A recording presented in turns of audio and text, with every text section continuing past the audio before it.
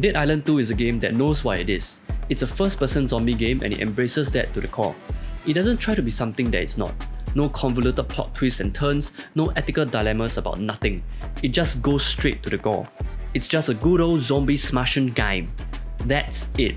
With that, let's talk specifics. For how overhyped it is, the combat honestly hasn't evolved all that much from its predecessor. Blunt weapons still break bones, sharp weapons still slice and dice. The goal today is to slice the booby off. And you still have a great time simply by clicking your mouse. Having that said, the combat in Dead Island 2 seems to be a little harder than its predecessor, with more heft.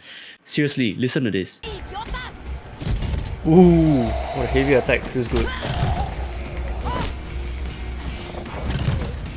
New mechanics are also introduced with the ability to block and dodge, with well-timed actions activating some sort of counter mechanic. In my experience, it's quite difficult to react in time to block the zombie's attack, so this will require some experience to be used effectively. You are now also able to charge your heavy attacks, unleashing it only when you choose to. Heavy attacks also occasionally activate a special animation specific to the weapon you're holding, which is a sweet touch. Players can also now unleash a special attack that produces various effects, ranging from giving nearby players a stat boost all the way to simply destabilizing surrounding zombies. They also overhauled the skill tree system, making it modular and much more flexible, which is always a plus. Throwables now have their own separate inventory tab, with the ability to quickly swap between them in combat using a keybind. Oh yeah, and they don't really run out, we're just working with cooldowns now. Other than that, the core combat and gameplay remain relatively similar, with the upgrading and modding of weapons still being present and the experience of quick time events being, well, you're still basically just smashing the same few keys all the time.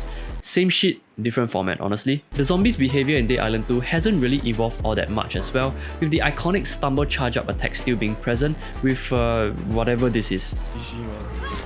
Whoa! It's a flying zombie! That being said, there are many more different zombies and variants to discover, which is a huge plus in my book. One glaring issue I would like to bring to your attention is that co-op mode now features up to only 3 instead of 4 players. This would be a deal breaker for some, especially for those who have a tight-knit 4-person friend group to play games with. If you buy this game, the upside is that if you are the 4th friend, well, at least you know to start looking for new friends. All jokes aside, the combat is incredibly fun, where the option to use new mechanics like blocking, dodging and sliding adds a new dimension to the gameplay, but are not strictly required in order for you to enjoy the game. If you are a simple man with simple needs, just click your way to victory and you'll still have a swell time. Supplementing and enhancing the gameplay experience are the graphical fidelity of this game, as well as the gore system, which quite honestly lives up to the hype. One thing I've always liked about Dead Island is the contrast of the game's setting, where the player is stranded in what seems like a visual paradise, but is actually in a dire zombie apocalypse.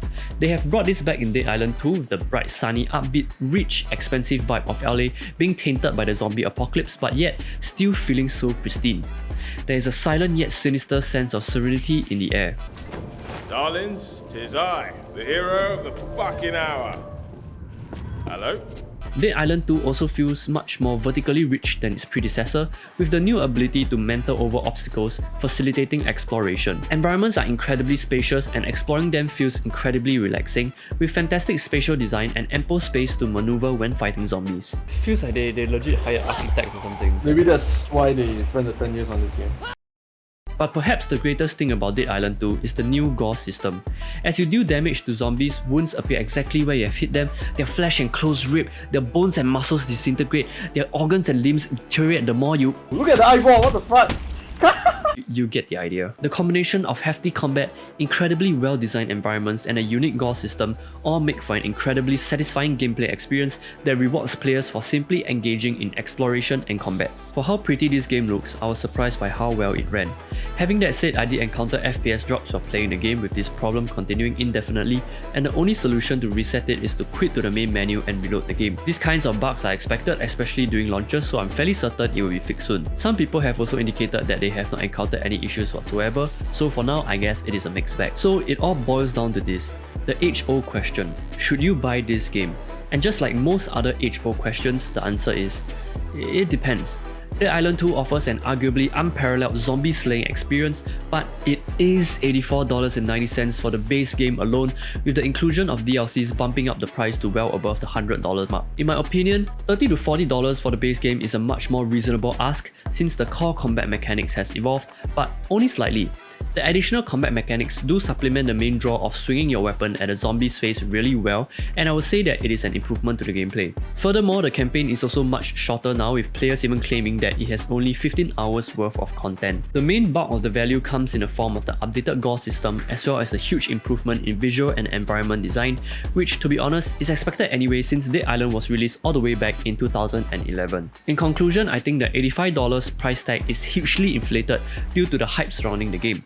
But if you are someone who sees immense value in the updated Gore system and you have spare cash on hand, the purchase isn't really a bad one. However, for the vast majority of gamers, I would say to wait it out and let the price fall before making your purchase, especially with readily accessible mechanisms like frequent Steam sales and websites like G2A to help us save costs on entertainment. All in all, I believe that Dead Island 2 is deserving of the 7 out of 10 score that you have seen all around the internet.